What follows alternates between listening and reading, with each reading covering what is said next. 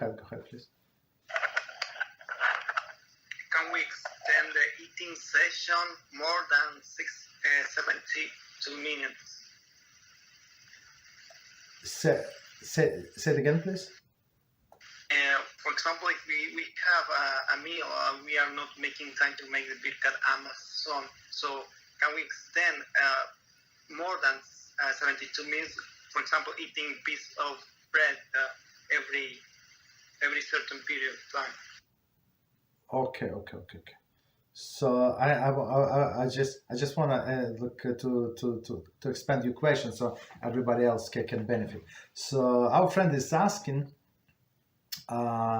about after blessing. So the question is asked how much time. Okay, I ate my banana. I forgot to say the blessing right away. So how much the time do I have? I have 5 minutes, 10 minutes. What if I'm hungry? I'm about to eat, I want to eat another banana, right, or apple, whatever I want to eat, right? Do I say the blessing or this blessing gone? So what do you do? So of course it's a long explanation, but the rule of thumb. So if it's a snack, so you have half an hour, 30 minutes. Even of course you're hungry, no problem. You have half an hour to say the after blessing.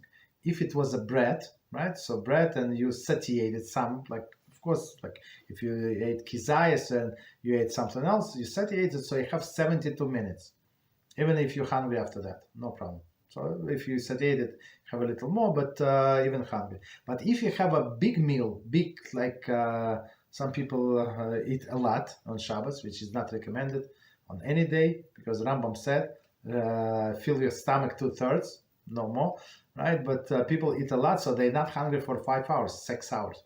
So you have these 6 hours to say Birchas Hamazon, right? It's a special point of digestion. So when you're not hungry, that's not that this point, halachic point of digestion did not start. Okay, so it could be, it's not you're not obligated to eat more, but if you eat more, so of course this time limit extends for sure.